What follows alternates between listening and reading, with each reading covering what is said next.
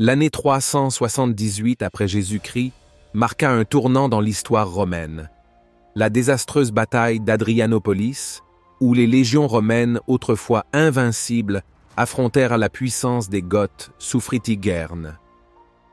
Cet événement allait changer le cours de l'Empire pour toujours, marquant le début de la fin de l'Empire romain d'Occident. Mais comment un empereur romain a-t-il pu tomber aux mains des barbares? Et pourquoi cette bataille a-t-elle conduit à l'effondrement de l'un des empires les plus puissants de l'histoire? Quelles ont été les principales erreurs qui ont conduit à la défaite dévastatrice de l'armée romaine à Adrianopolis? La chute de Valens et de ses légions aurait-elle pu être évitée? Ou l'Empire romain était-il déjà en déclin? Suivez-nous pour découvrir les événements qui ont remodelé Rome. Si vous êtes aussi fasciné que nous par ces moments charnières de l'histoire, assurez-vous de vous abonner à notre chaîne Mythologie et Histoire, de laisser un j'aime et d'appuyer sur l'icône en forme de cloche pour ne jamais manquer nos dernières plongées historiques dans le meilleur de l'histoire et de la mythologie. En 378 après Jésus-Christ, l'Empire romain était en proie à des troubles. La division entre les empires romains d'Orient et d'Occident créait des difficultés dans la gestion de vastes territoires. L'empereur Valens, régnant sur la moitié orientale, était soumis à une immense pression pour protéger les frontières de l'Empire, en particulier contre les menaces croissantes posées par les tribus barbares. Parmi eux, les Goths étaient redevenus une préoccupation majeure. Chassés de leur terre natale par l'avancée terrifiante des Huns, les Goths cherchèrent refuge au sein de l'Empire romain, espérant y trouver protection et terre pour s'installer. Valens, voyant une opportunité de renforcer les défenses de l'Empire en incorporant les Goths dans le système militaire romain, accepta de leur accorder l'asile. Cependant, la corruption et l'inefficacité de l'administration ont conduit à de mauvais traitements envers les réfugiés gothiques. Les Goths furent extorqués par les fonctionnaires romains, affamés et soumis à des conditions horribles. Cette frustration croissante poussa finalement les Goths, menés par leur chef Fritigern, à la rébellion. Fritigern rassembla rapidement ses forces, formant des alliances avec d'autres groupes barbares, notamment les Wisigoths et les Ostrogoths, et se déplaça à travers le territoire romain, pillant villes et villages. L'armée romaine a eu du mal à contenir le soulèvement. Dans l'histoire romaine, cette période est souvent considérée comme un moment charnière où l'emprise autrefois forte de l'Empire sur ces terres a commencé à faiblir. Les événements qui ont conduit à la bataille d'Adrianopolis ont été provoqués par la combinaison de la mauvaise gestion romaine et de la résilience des tribus gothiques. Les Goths, poussés au désespoir, devinrent une force qui allait bientôt remettre en cause les fondements mêmes de l'Empire. Rome, autrefois symbole d'invincibilité, est désormais confrontée à une faiblesse interne et à la pression externe de groupes barbares, marquant le début d'un profond changement de pouvoir. Cette période, en particulier celle qui précède 378, est cruciale pour comprendre le déclin progressif de l'Empire et son effondrement final, car les Goths et d'autres groupes barbares ont joué un rôle clé dans le remodelage de l'histoire romaine. L'échec des Romains à répondre aux besoins des Goths et la rébellion qui s'ensuivit sous Fritigern préparèrent le terrain pour les événements catastrophiques d'Adrianopolis, un nom qui serait à jamais associé à l'une des défaites les plus importantes de l'histoire militaire romaine. En 378, la tension entre l'Empire romain et les Goths avait atteint un point critique. Les Goths, sous la conduite de Fritigern, s'étaient révoltés contre la domination romaine. L'empereur Valens, déterminé à rétablir l'ordre et à maintenir la puissance de l'Empire, y vit une opportunité de victoire décisive. Avide de gloire, Valens rejeta les offres de renfort de l'empereur romain d'Occident, Gratien, et choisit d'affronter seuls les Goths. Fritigern, un chef astucieux, savait que son peuple ne se battait pas seulement pour sa survie, mais aussi pour une place sur le territoire romain. Alors que ses forces se déplaçaient à travers la Thrace, effectuant des raids et des pillages, les Goths furent rejoints par divers alliés barbares, dont les Wisigoths et les Ostrogoths, augmentant leur nombre et faisant d'eux une menace encore plus grande pour le contrôle romain. Valens, bien que confiant dans la force de ses légions, sous-estima les capacités stratégiques de Fritigern, dont la familiarité avec les tactiques romaines lui donnait un avantage. À ce stade, nous avons vu l'armée romaine lutter pour tenir la ligne contre les Goths. Qu'en pensez-vous? Cette défaite était-elle inévitable en raison de la corruption interne et de la mauvaise gestion? Ou l'Empire romain était-il encore capable de retrouver sa force d'antan?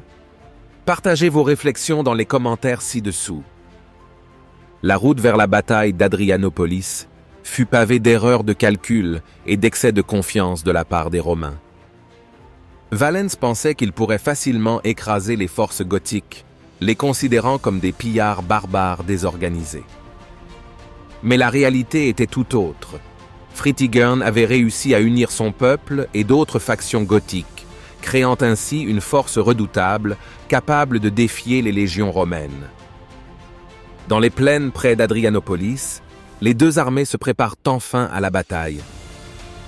Les soldats romains étaient bien entraînés et disciplinés, mais ils étaient épuisés après une longue marche dans la chaleur estivale.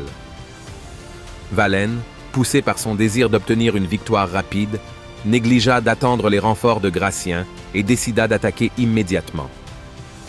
Cette décision s'avérerait désastreuse, car la cavalerie gothique, dirigée par les alliés de Fritigern, était toujours en quête de nourriture, mais reviendrait bientôt pour faire pencher la balance du pouvoir. La bataille d'Adrianopolis était sur le point de commencer, et aucun des deux camps ne comprenait pleinement l'importance de CE qui allait arriver.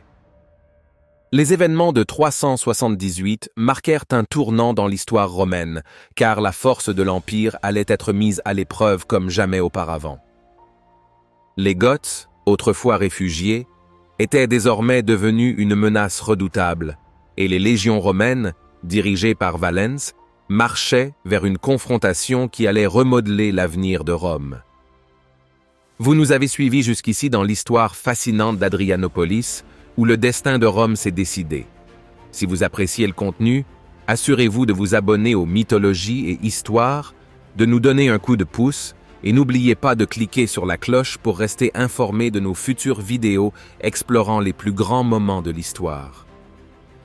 Lorsque les légions romaines arrivèrent sur le champ de bataille près d'Adrianopolis le 9 août 378, la tension était palpable. L'empereur Valens, confiant dans sa supériorité numérique, positionna ses troupes pour une attaque immédiate. Il croyait qu'une victoire rapide sur les Goths et leur chef, Fritigern, mettrait fin à la rébellion et rétablirait l'ordre dans l'Empire. Cependant, il n'avait pas prévu la stratégie astucieuse que Fritigern avait conçue. Les Goths, campés dans un fort de fortune fait de chariots, attendaient l'attaque des Romains. Fritigern, conscient de l'épuisement des forces romaines après une longue marche, utilisa des tactiques dilatoires pour gagner du temps. Il envoya des émissaires à Valens, proposant des conditions de négociation, sachant très bien que sa cavalerie, toujours en quête de nourriture, reviendrait bientôt sur le champ de bataille. Valens, sous-estimant la menace gothique, rejeta toute discussion sérieuse et ordonna à son infanterie de se préparer à la bataille. Alors que l'infanterie romaine avançait vers les fortifications gothiques, la bataille dégénéra rapidement en chaos. La chaleur de la journée et la longue marche avaient mis à rude épreuve les soldats romains, déjà fatigués. Pendant ce temps, Fritigern, observant depuis son camp, alluma des incendies autour du champ de bataille pour créer la confusion et limiter la visibilité des légions romaines. Ces tactiques perturbèrent la formation romaine, créant le désarroi dans les rangs. Au moment où l'infanterie romaine engageait le combat contre les guerriers gothiques, un bruit de tonnerre résonna à travers les plaines. La cavalerie de Fritigern, qui était en quête de nourriture, revint au combat au moment crucial. L'apparition soudaine de cavaliers gothiques a provoqué une onde de choc parmi les forces romaines. Les Goths, renforcés par leurs troupes montées, lancèrent une charge dévastatrice sur les flancs romains, prenant l'armée de Valens au dépourvu. La bataille se transforma alors en une lutte désespérée pour la survie.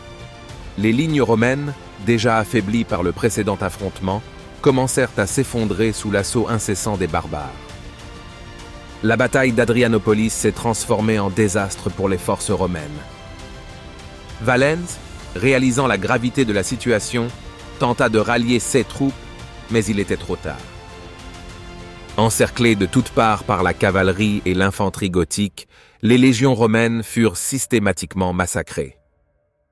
La défaite d'Adrianopolis restera dans l'histoire romaine comme l'un des pires désastres militaires auxquels l'Empire ait jamais été confronté, marquant un moment charnière dans le déclin de la puissance de Rome face à la menace barbare.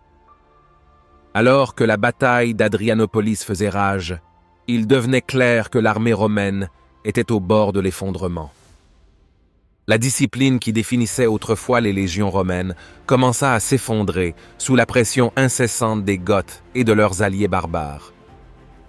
L'infanterie romaine, épuisée par la longue marche et désorientée par la confusion sur le champ de bataille, ne put tenir ses lignes.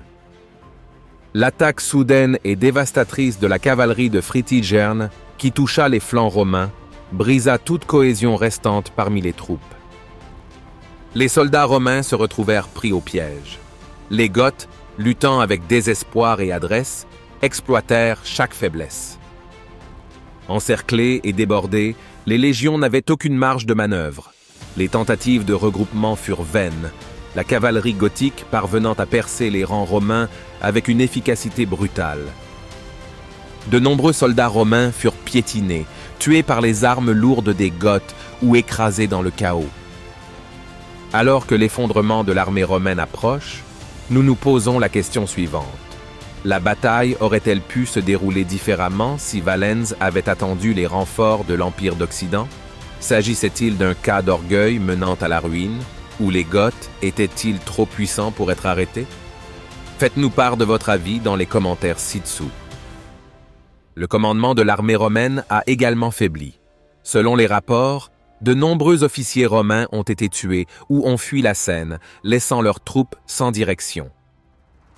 L'empereur Valens, qui espérait autrefois une victoire rapide, se rendit compte que la bataille était perdue. Alors que les lignes romaines s'effondraient, Valens lui-même était englouti dans le chaos. Certains récits affirment que l'empereur aurait été mortellement blessé et emmené hors du champ de bataille, tandis que d'autres suggèrent qu'il aurait cherché refuge dans une ferme voisine, qui aurait été incendiée par les barbares. Quel que soit le sort exact de Valens, sa mort a marqué le coup final porté au moral des Romains. À la fin de la journée, l'armée romaine était en ruine. Des dizaines de milliers de soldats romains qui avaient marché sur Adrianopolis, seule une fraction avait survécu. Le bilan des morts fut effarant. De nombreux soldats parmi les plus expérimentés et les plus élitistes de Rome périrent dans le massacre. La bataille ne fut pas seulement une défaite, ce fut une catastrophe qui résonnera tout au long de l'histoire romaine. L'Empire romain avait subi l'une de ses pertes les plus dévastatrices, et les Goths, autrefois réfugiés, étaient devenus une force redoutable. L'effondrement des forces romaines à Adrianopolis a signalé un changement dans l'équilibre des pouvoirs. Rome n'était plus le dominateur incontesté de l'Europe. Les barbares, autrefois considérés comme des menaces périphériques, avaient démontré leur capacité à infliger des défaites écrasantes à l'Empire. La défaite d'Andrinople restera dans les mémoires comme un moment clé du déclin de Rome, car elle révéla la vulnérabilité d'un empire qui semblait autrefois invincible. La défaite de la bataille d'Adrianopolis en 378 marque un tournant critique pour l'Empire romain. La perte catastrophique de l'empereur Valens et de ses légions a laissé l'Empire vulnérable d'une manière qu'il n'avait jamais connue auparavant. La destruction d'une partie aussi importante de l'armée romaine ne fut pas seulement un coup porté à la défense de Rome, mais un symbole de l'affaiblissement de la puissance qui dominait autrefois le monde connu. Cette bataille a révélé la fragilité de l'Empire et accéléré son déclin en Occident. Les Goths, sous la direction de Fritigern, avait accompli ce dont de nombreuses tribus barbares n'avaient fait que rêver: vaincre un empereur romain dans une bataille ouverte. Après Adrianopolis, les Goths n'étaient plus seulement des réfugiés ou une nuisance aux frontières de l'Empire. Ils étaient désormais considérés comme une force importante, capable de défier l'autorité romaine sur le territoire de l'Empire.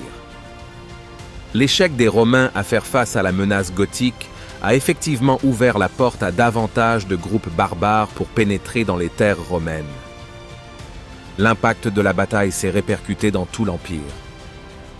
Avec une grande partie de l'armée romaine anéantie et l'empereur mort, l'État romain s'est retrouvé à devoir défendre ses frontières non seulement contre les Goths, mais aussi contre d'autres tribus barbares qui sentaient la vulnérabilité croissante de l'Empire. Le recours de Rome à des mercenaires étrangers pour combler les vides laissés par les légions tombées n'a fait qu'aggraver son instabilité. La loyauté de ces nouvelles recrues était souvent douteuse et leur présence minait la cohésion de l'armée romaine. Dans l'histoire romaine, la défaite d'Andrinopolis est souvent considérée comme le début de la fin de l'Empire romain d'Occident. Bien que l'Empire d'Orient se rétablisse sous une nouvelle direction, la moitié occidentale de l'Empire doit faire face aux assauts continus de divers groupes barbares, notamment les Wisigoths, les Vandales et les Huns. La bataille a démontré que l'Empire romain n'était plus la force invincible qu'il avait été autrefois. La défaite de 378 déclencha une série d'événements qui culmineraient avec la chute de Rome au Ve siècle. L'incapacité de l'armée romaine à se remettre d'une perte aussi dévastatrice et la pression croissante des tribus barbares ont montré les faiblesses internes de l'Empire. Adrianopolis ne fut pas le coup final, mais il marqua le début d'un déclin long et douloureux qui allait changer à jamais le cours de la civilisation occidentale. Merci d'avoir regardé. On se retrouve pour la prochaine vidéo sur mythologie et histoire.